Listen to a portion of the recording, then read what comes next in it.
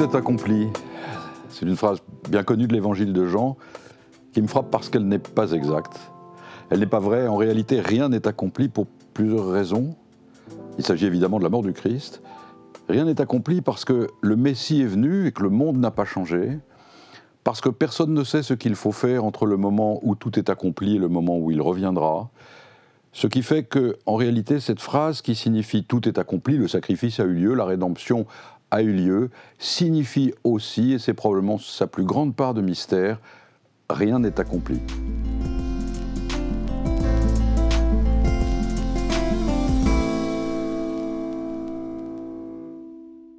François Sureau, bonjour. Bonjour. Vous êtes né il y a 66 ans dans une famille de médecins. Vous avez été formé à l'école des Jésuites de Saint-Louis de Gonzague à Paris et vous êtes enraciné dans la vallée de Chevreuse, mais je crois que vous préférez les feuillages aux racines. Vous avez été reçu à l'ENA en 81, promotion droits de l'homme, et vous êtes devenu conseiller d'État et vous avez rejoint en 90 le barreau de Paris. Vous êtes devenu avocat et vous conseillez aujourd'hui des grands patrons, des grands groupes, tout en même temps. Et en même temps, vous défendez les libertés publiques d'interview en tribune. Vous qui avez été conscrit dans les Ardennes dans les années 70, vous vous êtes engagé dans la réserve opérationnelle de la Légion étrangère. Les chansons de soldats n'ont aucun secret pour vous. Et avec cette voix de stentor qu'on vous connaît, qui n'a pas encore été... que personne ne connaît encore, mais ça va venir. Mais qu'on s'apprête à entendre beaucoup. Le monde militaire vous attache. Dans la vie civile, vous avez aussi conseillé François Fillon et Emmanuel Macron à l'aube de 2017, selon une acrobatie dont vous avez le secret. Une vingtaine de romans publiés. Le dernier en date, S'en aller, ici présent, nous emmène dans votre mémoire touffue et érudite. Et on suit les écrivains et à travers un jeu de miroir de double, on revisite vos propres voyages en Inde, en Hongrie, dans l'Himalaya. Vous avez été élu à l'Académie française il y a 3 ans et demi, au siège de Colbert, de La Fontaine et de Marivaux, et de Max Gallo. Et vous avez épousé Ayam, née aux États-Unis, d'origine égyptienne, avec qui vous vous êtes engagé dans l'insertion culturelle des réfugiés en France, et avec elle vous avez eu 3 enfants. Énorme ellipse, mais quelques erreurs ou pas du tout? Aucune erreur, sauf... non, aucune erreur substantielle. Laquelle? Comment disait Sioran, avoir une biographie suffirait à vous dégoûter d'avoir une vie. Oui, c'est tout à fait. Mais j'ai très conscience de l'exercice artificiel que ça représente, mais en même temps, il est important de vous camper un peu dans ce décor du XXIe siècle. Oui, en attendant que je passe au suivant, car voilà, j'envisage volontiers de traverser les siècles. Parce que jusqu'ici, je l'ai plutôt fait dans le passé. Je me suis dit qu'à l'avenir, je pourrais peut-être essayer d'aller de l'avant. Ouais. Et même ailleurs, sur la Terre, vous pourriez... Ailleurs que sur la Terre m'ennuierait. J'aime bien cette chère vieille chose. Ouais. Vous vous êtes souvent... François Sureau, j'ai un petit questionnaire à vous proposer. Vous êtes-vous souvent réveillé dans une chambre glacée? Oui, du temps de mon service militaire, oui, en effet. J'habitais le château de Sedan, il faisait très froid. Le château de Sedan est une espèce de grosse forteresse, c'était le château de Turenne. Tout près d'une forêt. Dans lequel j'avais une chambre, tout près d'une forêt. Il faisait extrêmement froid, le chauffage ne fonctionnait pas, donc on avait des couvertures grises de l'intendance. Voilà, mais ça me va très bien, j'aime énormément le froid la nuit. Voilà. Et justement, quel est votre tout petit partir quotidien? Est-ce qu'il y a des... Il est absolument permanent. J'adore marcher à pied. Alors quand je marche, je me récite des poésies et il suffit de se réciter des poésies pour partir immédiatement ailleurs. Et quelquefois même de la prose ou de la poésie, mais en tout cas c'est assez facile de partir ailleurs avec ce bagage en tête. À 16 ans, vous teniez une pipe. Quel adolescent avez-vous été? J'ai l'impression, comment dire, que j'étais un adolescent tout à fait de mon époque, c'est-à-dire pas très intéressant, des années 70, en marche vers les années 80, mais qui trouvait en fait beaucoup de réconfort et d'aliments dans la contemplation des vies des écrivains, qui trouvait ça assez charmant de l'être, l'idée de l'être, et puis qui lisait interminablement. Voilà. Interminablement, donc solitaire plutôt, dans une grande bibliothèque? Oui, un peu partout. Non, pas nécessairement solitaire, parce que j'avais de bons amis. Donc rien qui mérite d'être dit. Vous savez que nous vivons à une époque où on a l'impression qu'à entendre les écrivains, chacune de leur enfance a été extraordinairement particulière, remplie de drames, de douleurs et d'aventures, invraisemblables, et bien la mienne, non. Banalité totale, mais licitude. Quelque chose qui n'est pas nécessairement empli d'accidents, de douleurs ou d'accidents invraisemblables n'est pas nécessairement banal, non. Mais en tout cas, rien qui vaille d'être mis en épingle, par exemple, pour la comparer aux autres vies. Il y a une chose qui me frappe énormément dans le... J'aime bien le monde moderne, ça dit, je ne suis pas un adepte du « c'était mieux avant », mais il y a une chose qui me frappe énormément dans notre monde, c'est cette capacité incroyable de chacun à se sentir absolument singulier, voilà, qui me paraît être une des grandes illusions, presque une illusion diabolique. On ne peut pas croiser quelqu'un sans qu'il vous explique en quoi il est radicalement différent des autres, et en quoi il entend d'ailleurs le faire savoir en publiant un livre après l'autre. J'ai jamais eu cette idée-là. Vous vous sentez quoi, jumeau d'autres ou avec des échos? Je souscris entièrement à la phrase de Sartre, un homme fait de tous les hommes, qui les vaut tous et que vaut n'importe qui, de manière radicale. Et dire, c'est ce qui me gêne toujours à l'idée de parler de moi. Je dis, ah bon, pourquoi donc, enfin, pourquoi parler de moi et pas de mon voisin, d'un de mes amis voilà. Je suis absolument frappé par la manière dont le haïssable moi a envahi l'espace public en général et l'espace littéraire en particulier. N'empêche qu'on aimerait savoir un peu de quel bois est fait François Sureau. Eh bien, on aimerait le savoir. Et on ne le saura pas. Il faudra en faire son deuil. Eh bien, figurez-vous que je vais quand même vous demander quelle est la figure spirituelle qui a inspiré vos premiers pas dans ce monde surnaturel. Robinson Crusoe. C'est Robinson Crusoe, indiscutablement Robinson Crusoe. Non, pas dans la nature, Robinson Crusoe, parce que juste après avoir connu son naufrage, il a récupéré, vous vous souvenez, tout ce qu'il lui faut pour vivre à l'intérieur de son île, de la cabane qui s'est bâtie, et puis il s'interroge, et il se demande quelle est sa responsabilité dans le drame qui vient de frapper sa vie, et de le transformer en ermite, puisque, en fait, Robinson Crusoe est un chartreux qui ne l'a pas voulu. Bon. Et il se demande d'où ça vient. I took the Bible and began to read, est à la 20e page. Et en fait, il se demande d'où ça vient, et il se demande quelle part de responsabilité il a eu dans les événements, et ce rapport entre la conscience morale, l'histoire, et la vie personnelle, qui est, à mon avis, au fondement de la vie spirituelle, au sens où la vie de chacun engage de manière extrêmement mystérieuse et invisible le destin de la communauté entière, c'est bien ce que le dogme appelle la communion des saints. Pour moi, c'est incarné dans cette première figure de réflexion de la conscience qui est celle de Robinson Crusoe. Et j'ajoute que j'ai toujours trouvé beaucoup plus d'aliments spirituels, d'une certaine manière, à la lecture de certains auteurs, d'ailleurs, qu'ils soient croyants ou pas, mais dont j'avais l'impression que ce qu'ils disaient de notre destinée avait une importance spirituelle réelle, plutôt que des auteurs religieux. C'est-à-dire qu'ils étaient habités par une sorte de radicalité Pas nécessairement de radicalité, mais ce qu'ils disaient par sa sincérité. Robinson Crusoe, il est là.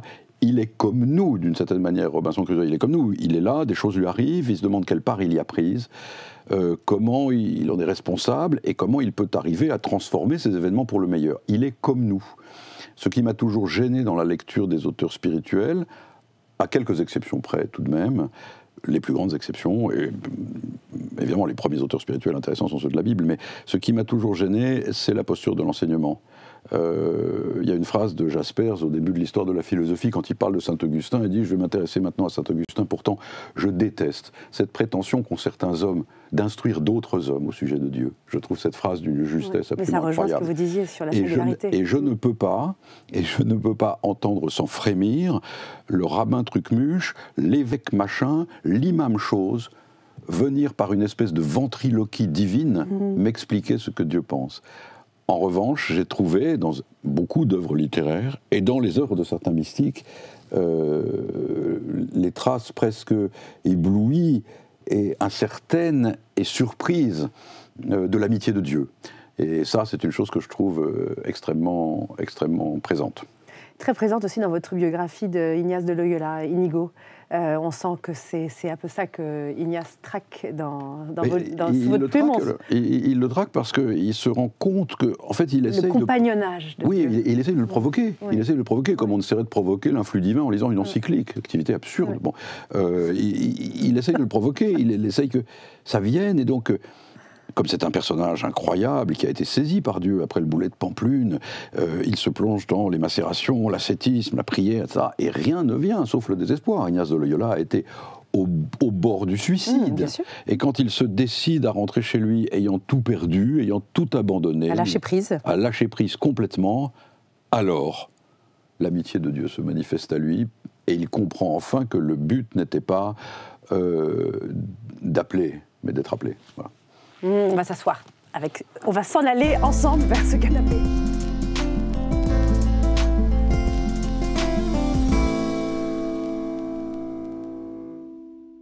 François Sureau, on est assez content de vous avoir avec nous parce que vous ne vous en allez pas, en tout cas pendant quelques minutes. Non, là, je suis resté là.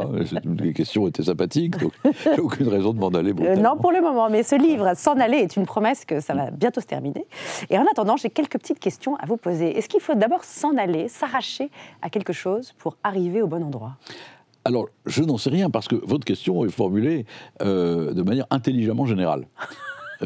Oui, et j'ai toujours eu du mal avec les questions générales, encore plus lorsqu'elles sont formulées de manière intelligemment générale. Mais j'ai quand même un embryon de réponse, si vous le permettez. Cet embryon de réponse, en tout cas pour les auteurs dont je parle à l'intérieur du livre, j'en ai parlé pourquoi, parce qu'ils sont assez variés, de Hugo à Laurence, en passant par des gens moins connus comme Auguste François ou Henri Levet, ou Patrick Lifermort, ou même Somerset Maugham, que les Français ne connaissent pas énormément. J'en ai parlé pourquoi ? Parce que j'ai remarqué chez eux une disposition d'esprit que je partageais, qui était le fait de s'en aller parce qu'on n'était déjà pas là. Ce qui est une manière de répondre à votre question. En réalité, en s'en allant, on s'arrache moins qu'on ne se met en accord avec soi-même. Au moins pour certains tempéraments qui sont ceux dont je parle dans le livre. Les gens dont je parle dans le livre, qui sont des écrivains qui m'ont accompagné toute ma vie, en fait, il est assez clair qu'ils sont partis parce qu'ils n'étaient déjà pas là où ils étaient au moment de partir. Ils appartiennent à cette race très particulière d'esprits excentriques, originaux, étrangers au monde en réalité, qui les rend un peu inassimilables. Et qui voient double ? Et qui voient double parce que, en réalité, quand on n'est pas là, on n'est pas davantage là dans le voyage, parce que le voyage est pénible. Hein. Les knodels, la bouffe bizarre, les trains hindous, enfin j'ai fait tout ça bien sûr, mais je ne suis pas prêt à écouter les gens qui me diront que tout ça est absolument délicieux. Je parle du vrai voyage, pas du voyage de palace en palace dans les avions, quoi. Mais du vrai voyage où on est au milieu des gens, dans les trains, etc. C'est très souvent extrêmement pénible. Et qui voit double. Donc en fait, quand on est dans le voyage, avant de partir, on n'est pas content puisqu'on part. Dans le voyage, on n'est pas content parce que c'est assez pénible. Et quand on arrive, on se rend compte qu'il faudra repartir, qu'il faudrait repartir, que c'est assez pénible de toute façon, parce que ce qu'on cherchait, selon la phrase de Pascal, n'était pas absolument trouvable dans le voyage. Et ça n'est qu'après qu'on se rend compte qu'on est content de l'avoir accompli, parce que l'ayant accompli, on a compris quelque chose sur soi et sur le monde. Donc le voyage, en fait, est très largement, à mes yeux du moins, pour les auteurs dont je parle et que j'aime, un exercice rétrospectif. C'est-à-dire que je n'ai pas fait un éloge du voyage, j'ai fait un éloge de ce qu'écrire sur les voyages peut vous apporter. Et en même temps, ce regard que vous portez sur le voyage, c'est un regard de quelqu'un qui ne veut pas avoir de racines, ne veut pas se centrer sur une seule chose. Peut-être que j'aimerais en avoir, il se trouve que j'en ai pas. Bon. Mais elles ont été coupées ? Non, mais il y a beaucoup de choses dans ce que vous dites. La première chose, c'est que je suis absolument frappé, tout comme je le suis par l'indiscrétion propre au monde moderne, par le culte effarant des racines. Mais c'est peut-être parce que je suis devenu vieux maintenant. Enfin, quand j'étais jeune, on demandait à un homme ce à quoi il croyait, ou ce qu'il entendait faire de sa vie. On ne lui demandait pas s'il était breton, grec-catholique, musulman, melkite ou bas-normand. Tout le monde s'en foutait. C'est une fétichisation. On fétichise la fétichisation de l'origine me paraît d'ailleurs avoir à voir avec le fait que personne ne connaisse ou ne veuille envisager même la destination.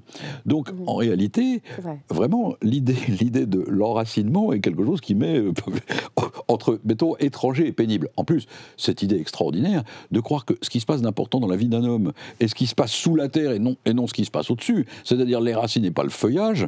Alors je sais bien, les amateurs de métaphores m'expliqueront qu'il ne peut pas y avoir de feuillage sans racines et autres cornucuteries, mais ça n'est pas très important. Donc en fait, voilà. Et puis ça, c'est des questions générales. Et puis la troisième question, c'est que personnellement, comment dire, je dois à mon pays sa langue et sa littérature, mais j'aurais passé énormément de temps à me sentir bien plus chez moi à Budapest qu'à Lyon, et beaucoup plus chez moi dans la littérature anglaise, par exemple, que dans aucune autre. Mais oui, parce que vos références sont toutes presque des exilés. Voilà, et donc, si vous voulez, cette idée selon laquelle... non, de temps en temps, je pense que l'idéal de vie, pour moi, c'est celui du Luftmensch, de la légende juive, c'est-à-dire de celui qui traverse... L'homo viator, le juif errant. Le juif errant, enfin le goy errant, ce qui me concerne, mais c'est exactement ça.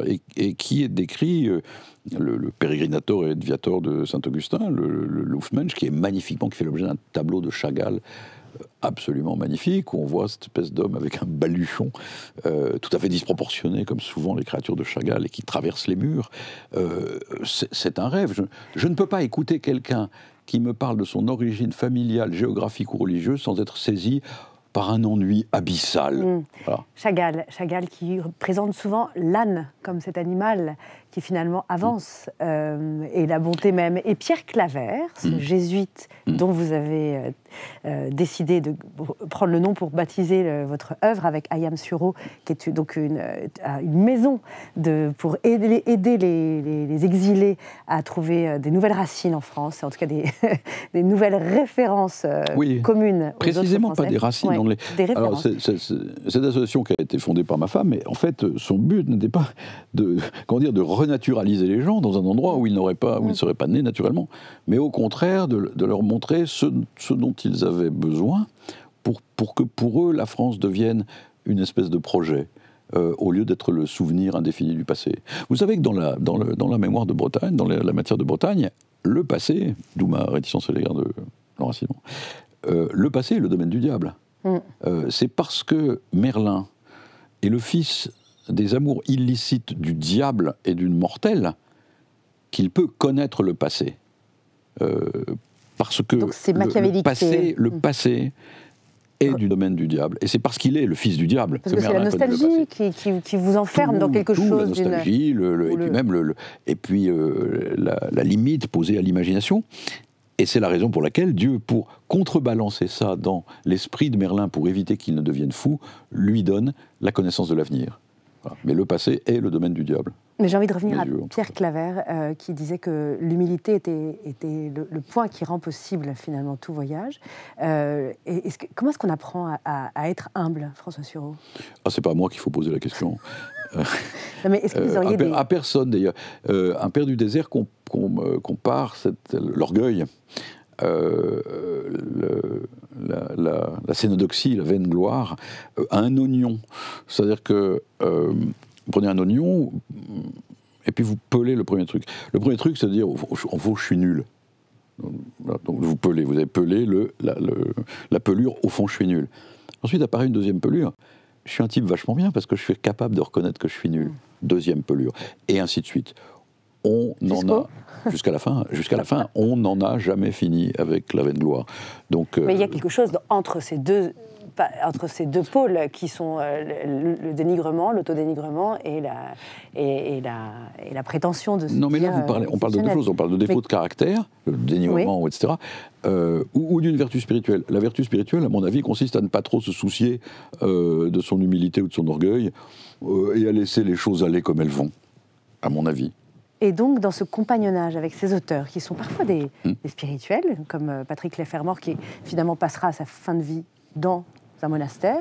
Il est resté agnostique, c'est assez étonnant, parce que le livre qu'il en a tiré, qui est magnifique, que je recommande à tout le monde, qui est Un temps pour se taire. Un temps pour se taire, qui est magnifiquement traduit par Guillaume Villeneuve, c'est vraiment une très très belle traduction.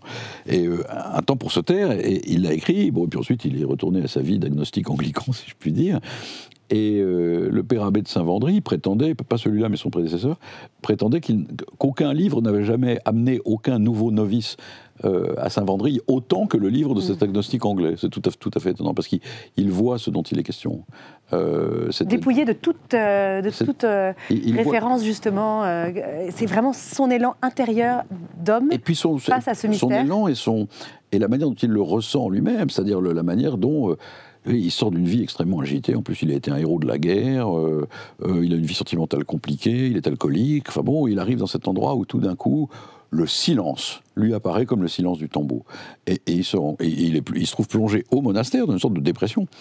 Et puis progressivement, il se rend compte qu'en fait, ce silence le débarrasse de tout ce qu'il y avait d'inutile dans sa vie. Et ça, c'est pas une conversion, François Sureau? C'est certainement un progrès humain, que ce soit une conversion au sens propre, j'en sais rien. En tout cas, après, il s'est pas mis à aller à la messe comme une bête ou à réciter le chapelet tous les matins que Dieu fait. Il a continué sa vie comme il devait la continuer, mais il a écrit là-dessus des pages absolument magnifiques sur le fait que les moines, pour cette raison, parce que ils se laissaient vivre sous le regard de Dieu, en quelque sorte, dans le silence, réduisaient le découvert moral de l'humanité entière. J'adore cette idée, réduisait le découvert moral de l'humanité entière. C'est extrêmement juste, ouais. Racheter fait un peu lourdingue, vous voyez ce que je veux dire? Racheter fait un peu... Le mot est lourd. Mais c'est ça l'idée. Voilà, c'est ça l'idée. Ouais. C'est la dette. C'est la dette. Profonde que l'humanité a contractée. À l'égard de qui? À l'égard de... Qui c'est, hein? Qui sait? Restons sur ces grandes questions. Vous êtes un pèlerin et j'ai l'impression que la quête d'unité n'est pas quelque chose qui vous taraude. Cherchez l'unité en vous, ce qui fait que François Sureau est absolument cette... comme disait Solers, contre l'aplatissement et le moutonnement qui menacent, il faut être une singularité irrécupérable. Oui. Ça, vous n'avez pas envie. Oui, je trouve ça, j'aimais beaucoup Solers, je trouve cette phrase complètement absurde. Singularité irrécupérable. François Sureau n'est pas un autre. Il n'y a pas de singularité irrécupérable, je suis plutôt d'accord avec Berle, enfin on se ressemble tous par quelques côtés, nos angoisses sont les mêmes. Oui, des petits côtés, mais c'est des scintillements, mais ce n'est pas l'intégralité profonde de qui vous êtes. Mais si l'on y croit, quand la Bible dit que nous sommes créés à l'image de Dieu, nous sommes tous créés à l'image de Dieu, pas moi Solers tout seul ou moi Sureau tout seul, on l'est tous. Dès lors qu'on l'est tous, ce que nous avons en commun est essentiel. C'est ce qui justifie la fraternité d'ailleurs. Ce que nous avons en commun est essentiel. Si ce que nous avons en commun est essentiel, qu'est-ce qu'on en a à foutre d'aimer les Gauloises ou de préférer Céline à Ezra Pound? C'est complètement égal. Et c'est la raison pour laquelle d'ailleurs, comme on ne peut jamais atteindre ce fond qui nous est commun, le culte par les contemporains de leur singularité m'est toujours apparu d'une stupéfiante naïveté. Parce que c'est comme si, en fait, on s'arrêtait à l'arbre et il y a la forêt derrière, en fait. Exactement. C'est très, très étonnant quand même. Et on ne dira jamais assez le mal que Montaigne a fait au progrès spirituel. Je plaisante un peu, parce que Montaigne était d'une profondeur sur cette question qui dépasse toutes les autres. Et pour vous, est-ce que ce 21e siècle numérisé met vraiment en grand danger cette fraternité dont vous parlez? Est-ce que chacun dans son portable, chacun dans son univers, chacun dans son agenda, dans sa petite vie, dans sa petite construction? Écoutez, moi je viens d'une époque, alors c'est marrant parce que, bon, je vais presque tenir des propos de grand vieillard, mais je viens d'une époque où les gens étaient incroyablement enfermés autant que par la numérisation.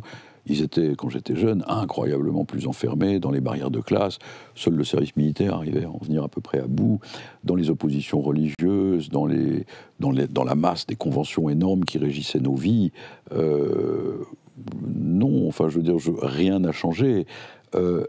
La volonté des hommes d'échapper à la connaissance de ce qui leur est commun pour se réfugier dans ce qui leur est propre, qui est probablement l'une des choses les plus dangereuses qui soit, et très probablement la mort de la littérature d'ailleurs aussi. À terme. À terme, elle est de tous les temps. Elle est de tous les temps. Donc c'est pas le numérique qui change quoi que ce soit. Donc c'est ce qui nous est propre, qui nous éloigne de cette... C'est ce qui nous est propre, qui nous éloigne, bien sûr. Le moi est haïssable. Enfin, je veux dire, il est moins haïssable qu'il n'est ridicule. Mais ça, je devine que vous n'avez jamais fait de psychanalyse. J'avais une conversation, détrompez-vous, j'avais une conversation tout à fait intéressante avec un père jésuite que j'aimais. Je viens d'avoir une bonne info là. Ouais, avec un père jésuite que j'aimais beaucoup, et je lui disais, vous ne pensez pas que à la fin, quand même, s'il y a un jugement dernier, ça ne va pas bien se passer, hein. Et il éclate de rire, il me dit, détrompez-vous, à la fin, nous serons jugés moins coupables que nous ne serons jugés ridicules. Et je trouve cette phrase extrêmement profonde. Voilà. Et le ridicule tue. Et le ridicule tue. Merci François Sureau. Merci à vous. Il faut lire en courant, s'en aller, et Absolument. s'en aller avec le livre aussi. Absolument. Le voler et marcher sur les pattes de ces grands auteurs. Et votre mémoire me semble être une mémoire très, très touffue. avec beaucoup de références très précises sur tout un tas de petits détails qu'on n'aurait pas vus. Ça ne va pas durer. Il paraît qu'en vieillissant, ça se... On la perd, mais peut-être que ça va déblayer pas mal. Oui, vers le jeu. Vers le jeu. Surtout pas vers le jeu. Au contraire, j'espère que c'est le dernier livre que j'écris où je parle à la première personne. Ah, mais on verra. Mais on va vous inviter à chaque fois. On verra. Merci à vous. Merci François Sureau. Merci.